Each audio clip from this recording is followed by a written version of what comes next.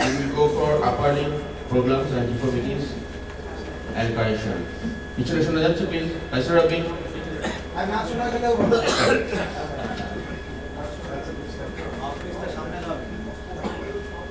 Now I like to call up on the stage Dr. Professor Hitesh Shah for his nice presentation about post-infection upper limb issues.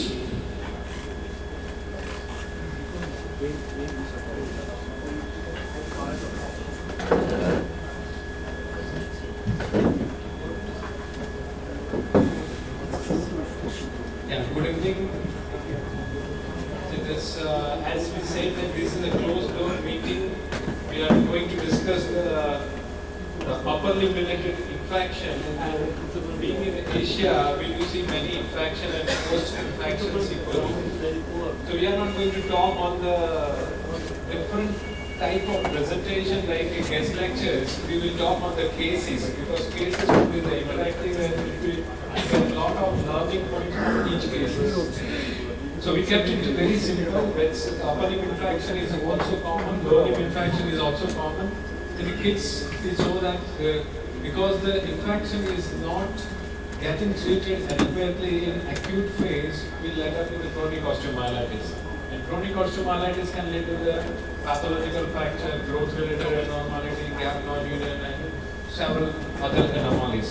So I'm not going in detail. We'll go on the directly on a case, and that will be on some of the interactive sessions. Like whenever we see the kids will have the fourth dimension is a growth, as Sir said very nicely. The child is growing, and when he did say that he had a lot of hand surgeons. So this is a 6-year-old child has got deformity of the forearm, and there is because in the history of infection 4 years back, and he has got the instability. This is the right dominant hand, and restricted there is he cannot lift, he cannot hold anything, and restricted pronation and supination and instability. So how should we treat this child? What are the different options? No infection now. No infection. Yes, very important question we need to ask is whether is there any active infection or no. And that is reason we need to do the blood count. Yeah, CBC, ASR, and there is no infection since last 3 years. He got infection 4 years back. Elbow is fine. Elbow is fine. He cannot lift, he cannot use the upper limb. There is no pronation, supination. And there is a gap. I don't know whether you can see that.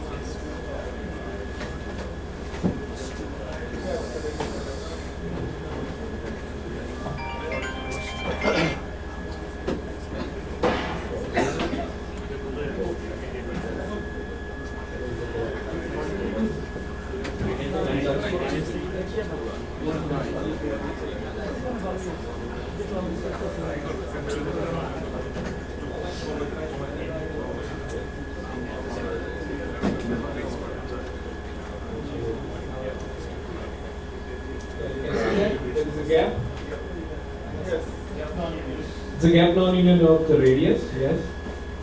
So how should we treat? So fibula strut graft. Fibula strut graft, yes. Single bone forearm. Single bone forearm. So when should we treat that with the patient with the fibula bone graft, and when should we go with the single bone forearm? Any difference in the treatment protocol? We all of us do the ring fixator, single fixator, single plane fixator, the lengthening, fibular grafting, vascularized fibular graft, upper limb surgeon or hand surgeon does that, or the single bone forearm. What decides us? What should we take care? When should we do for single bone forearm? Because whenever we do the single bone forearm, there would be restriction of pronation and supination. So it will be only the hand will be fixed in one position. Non-dominant hand. This is one of the important points. Anything else other than that? Any other points? Supination and pronation, how much it is also. Yes. One of the important is what is the ADL and what is the residual problems. Now another issue what I like to highlight is that if you see the proximal radius, it's also deformed. The proximal radial head is almost deformed. There is So even though we do reconstruction, it is not going to work like the normal hand. So if you do the reconstruction, and that is the reason we have gone into that, think about the single bone forearm, and the prerequisite, what are the prerequisites for single bone forearm? Anybody? It's a very old operation, but it's very effective. The single bone forearm, we need to do the proximal ulna should be normal, and the distal radius, when we see that, because the ulna participate in the elbow joint, so it will not compromise the elbow instability, and radius will not compromise the wrist instability. So that's how we need to go there, and that's how it has been done. This is the single bone forearm, treated with the proximal ulna with the distal radius, and they are fixed with the wire. Why we need to say that? Is ulna was getting it prominent. So we'll not go in further details. It's 1 year follow-up. It's got a good union. So what should we do? Anything else? Should we remove the implant? So, yes. Many times what happens is that we are a bifurcation. So sometimes when you do single bone forearm, the distal ulna will also unite to the original ulna. Yes, that's possible. But yeah, it's there. It's there. It's there. So is it fine, desirable, or you want to avoid it? No, it is fine. It's fine. It is fine. Because it gives stability. Because it's a concept like 4-in-1 in CPT. It's like a 4-in-1. It's good to have the good stability of that. You want to do something? Yeah. Yeah, it's correct. Anybody wants to say anything? No supination. No comments. Anyone, any comment? Yeah. If there is no comment, I will go ahead. Please go ahead. No, what we thought when we are removing the implant, that what is troubling is the distal ulna physis. Okay, distal ulna physis is very peculiar. Where we don't want to grow, it will grow, and when we want to grow, it will go for the growth arrest. So it's very, very typical the ulna physis. So what we did when we did the implant removal, we thought let us have the arrest the distal ulna, because that is going to avoid the arrest. It is going to prominence of the distal ulna. And if you see that this is the child after 10 years, ulna is not been prominence, and this is the good and dominant hand. You can do all activities in this adult. He is a manual laborer also. You can do everything. Okay. So the message is that we need to pay attention on the both radius and ulna, and see the proximal ulna and a distal ulna, proximal radius and a distal radius. Okay, we'll go on the second case. This is the 8-year-old child has got the infection 5 years back. So the abduction was limited. You cannot able to do that. This is the X-ray. These are the questions. What is this condition? What are the problems we need to address? And how do we address? So someone please say, someone, Abdullah, what is the problem? Someone is asking what is the problem? Is it clear or? Probably the head of the humerus, if physis is lost. Lost? Fused. Okay. Sir, There is deformity and malunion. Okay. So is it fracture malunion? Okay. There is impingement something. It produces difficult in abduction. Okay. Impingement. Okay. Yes, sir. there is shortening. There is shortening. Shortening. Then there is varus. Yes. So this is actually the typical features of humerus varus. It's very less described in literature, but if you see the facial angle, that medial side is been fused.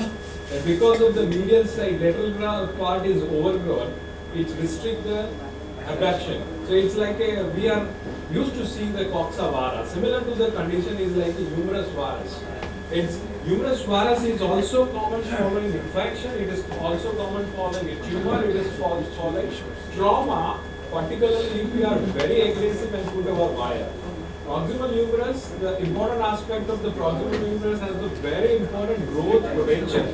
So almost 70 to 90% of the growth happens with proximal. But if by chance if you do the treatment and we do about if injury to the physis, it will lead to the remarkable limb discrepancy and deformity. So this is the important aspects of the humerus varus following infraction. So one is condition cardinal features is humerus varus. What are the problems related? Number one is a abduction restriction. Second, what he rightly mentioned is a shortening. So which condition do we have the shortening in upper limb? In the humerus? Like achondroplasia, where we'll have the rhizomelic achondroplasia, where do we have the shortening? There we'll have. So if it is a dominant or non-dominant, then we need to check that whether there is a perineal cal is okay or not. Whether the child can reach to the cleaning the parts on perineum. That is more important is there. If it is troubling, then it's required to address. Otherwise, upper limb we can accept or anticipate 6-inch limb length discrepancy, need not to address that. Okay, no, every single humerus varus doesn't require the lengthening. But yes, it's required to have the abduction. So how should we address? We have one is problem is deformity, second is limb length discrepancy, short. So we can address the both with single plan or we can address it separate. So if you want to do about the varus correction by the valgus osteotomy, we can do the valgus osteotomy and put the wire on the plate. Or if we want to address the both, we can do about the LRS and put the fixator and do the lengthening. That's how it's been done. Done is again it's a Cora principle. If it is done away, you need to translate, and it did lengthening. And this is the lengthening after that, and you can get the full abduction and good looking. Because it's a female, they want to do the cosmetic correction. Okay, sorry. Okay, we'll go on a third case. This is the Yeah, you want to say something, Maru? Yeah, yes. Sir, under K1 guided lengthening is much preferable in this case. But No. LRS method? No, not K1 guided. If you want to do the only deformity correction, you can do the K1, not for lengthening. No, what?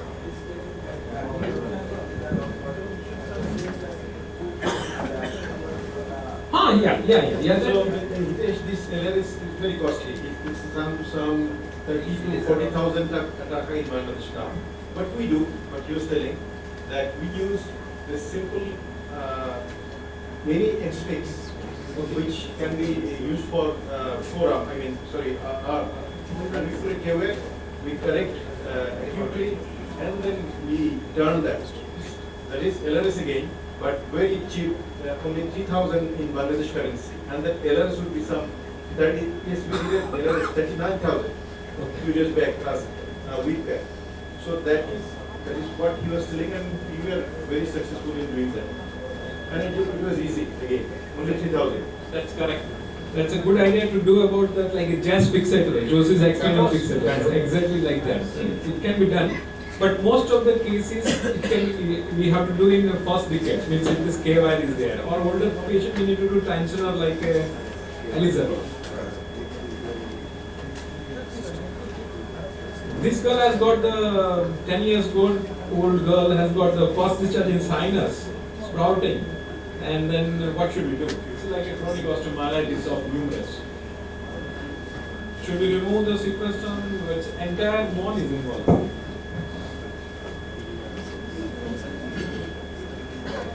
See this? Sir, if there is any infection now? Yeah, 2 sinus are there. How many months? This is 6 months.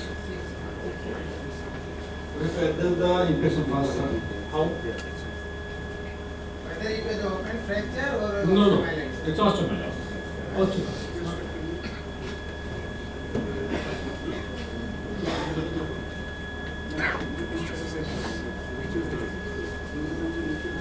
Can we go development, sir?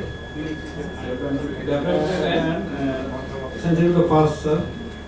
After sensitive to fast, Okay. then we can give antibiotic.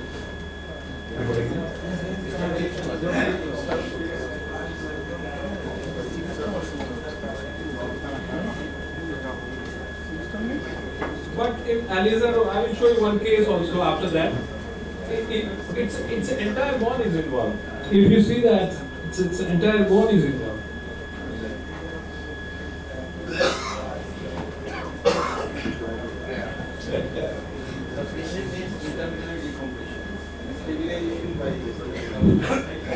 Okay. Bits and antibiotic bits.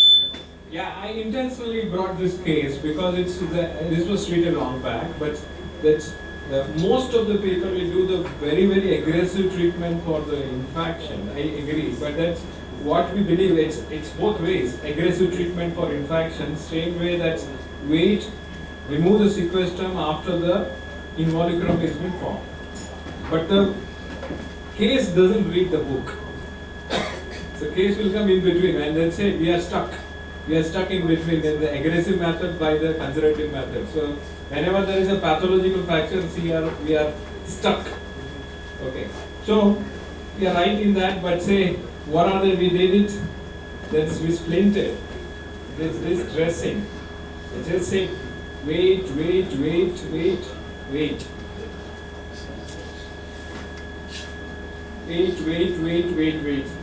message is also very clear. Don't be aggressive. I will show you the next case. If it is aggressive, what happened in that aggressive?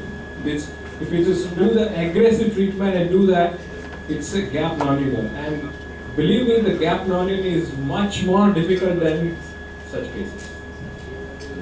It's not every time we need to have an answer for the surgery. Okay, surgery is there. Yes, it's a fulminant infection. It's causing life-threatening. It's causing septicemia. It's causing the problem. Yes, then we need to deal that with that. See, shoulder is fine. The elbow is not fine. Elbow is not fine. Yes, shoulder is fine. You can see also the last. You can use. Yes, it was fine. Yes, I agree. Yes. It was there in function position. Yes, I will show you the child's. Yeah, that's it. I can do it. Good abduction, good one, but elbow is fused.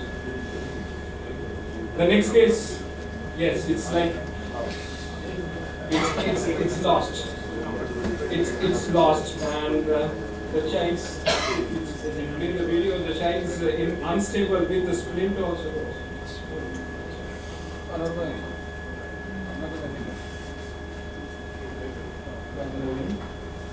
But the child cannot hardly abduct the limb, and it's having shortening at that gap. And unfortunately, the child underwent 3 surgeries by pediatric orthopedic surgeon, known pediatric orthopedic surgeon. He put the fibula, failed. One person put about the LRS, failed. And this is a status quo after the one infected surgery to reconstructive surgery. It's difficult issues, are all difficult issues like that. Should you do vascular graft?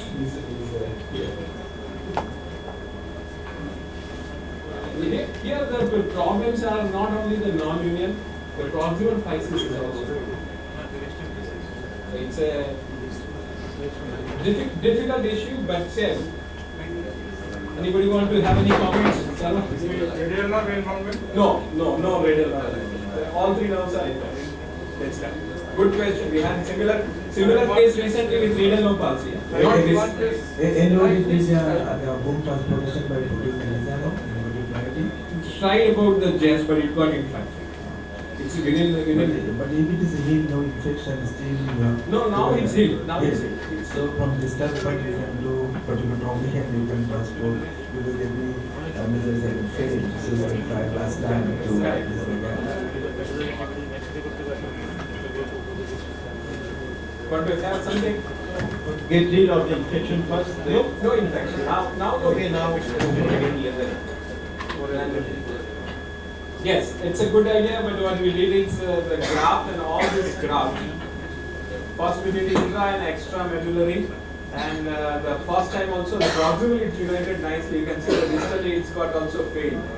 So what we did the removal and put with the stronger implants and it's got joined, and we can do about all the activities. Recently I have seen it.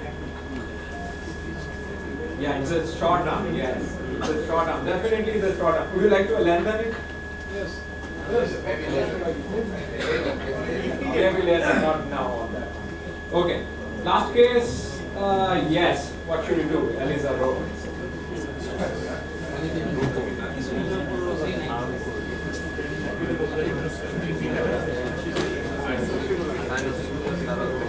No US. Wait, from where it will come?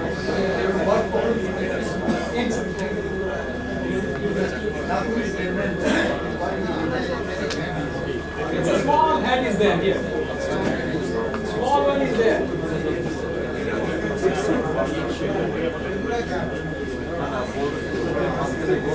Exactly what we did is exactly, you can see it's nothing is there. You can pick up now, it's clearly. Again, this is just case to say that the aggressive debridement sometimes can lead to, not always. Okay, I am keeping my word correct, not always. So okay, not always, but sometimes. So we waited. Yes, we waited because we thought it's active infection. As you said, we waited for 6 months with the splint, but it was very difficult. So we did with the fibula grafting. It's joined nicely, getting nicely. It was looking okay. We removed the wire. They cast the spike up for the 3 months and then put the splint. And then this is the ultimate outcome. This is the ultimate outcome. We got some length, yes. We got some. This is the last follow-up.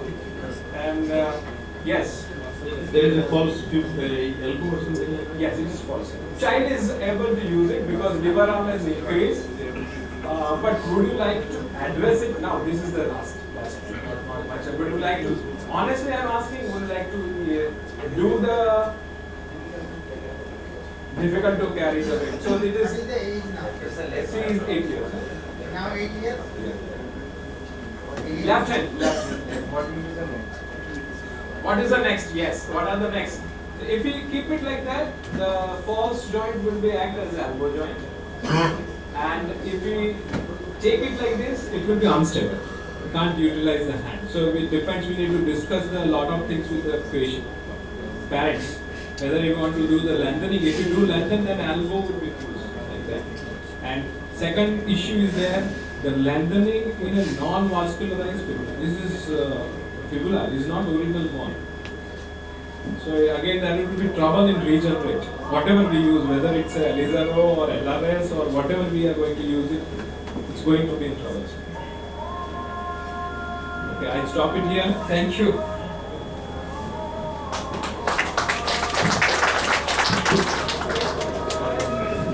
Thank you, sir, for your nice presentation. Please keep mic close to the mouth so that people can hear smoothly.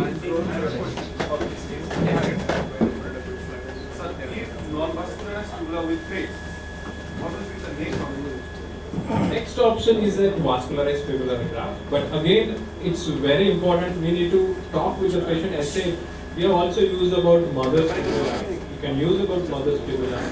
We can use the double fibula because the length. If you see the width is no more looking like a humerus. No more looking like a humerus. And we need to have a double fibula. But again, whenever we use a fibula, we don't address all the problems. The problem is there are no problems of humerus growth plate. The length is the issue, stability is the issue. We are going to only stabilize the humerus. The upper limb is really vascularized. Sir, vascular technique will, if there is a periosteum is there, because periosteum is lost. If periosteum is intact, I have shown the case where humerus is broken. It will work like that.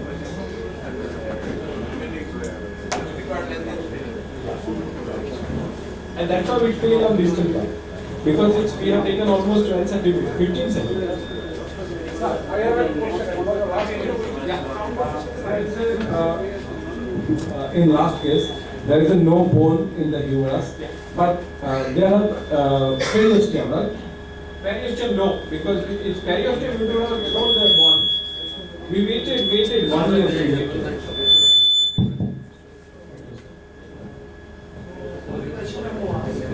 You all have bone bank.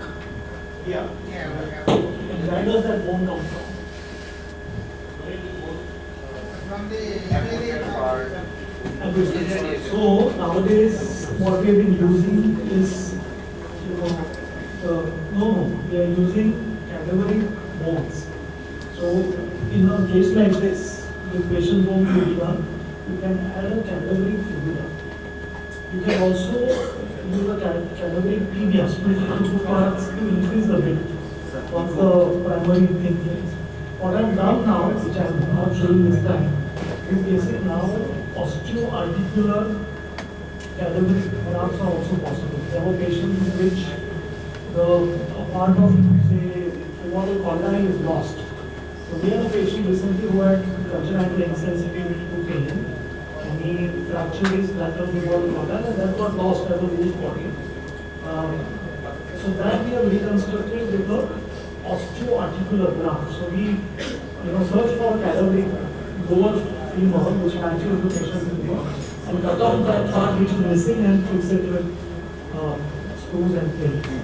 So some other time, we'll discuss it, but sir will discuss with me how we can take the bone banking and tissue banking in Bangladesh to the next level, so that for tendons and soft tissues and osteoarticular grafts, how cadaveric bones or amputations can be utilized.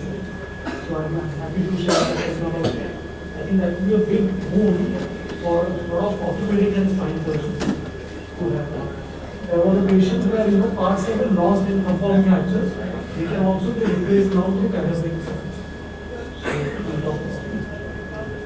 So we come to thank Sitish for setting the stage right and discuss few cases of these uncommon conditions. Infections are common, but these are little uncommon problems. But I'm sure in a country like Bangladesh, a lot of you would come across these once in a while, and it's important to know.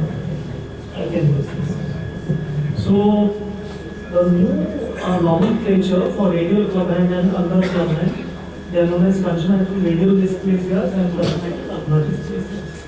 Okay, so that's just for everyone's knowledge. So this is a case which I received intrauterine. And server, if this child comes to you, his ultrasound is done 6 months, what would you advise? 6 months? Absolutely, come back after birth. And then the parents, came after 1 month, they were staying a little far away. So what will you do? Absolutely. So as Sarwan was saying, of what we noticed from this, there is a very severe radial clubhand. I would examine the elbow of the child and see if elbow movements are okay. And what we see is radius is not completely absent. But this is the Hankel's classification, and we know that this is severe dysplasia. Part of radius is present, but it's hardly doing any job. So it is as good as radius being absent in this case. And as he mentioned, these patients do require certain investigations. You will do a hemogram, because sometimes some of these patients can have thrombocytopenia. All of us know TAR syndrome, thrombocytopenia absent radius. Also, you will do an ultrasound of the abdomen, because some of them may be having absent kidneys and congenital heart disease also should be looked at.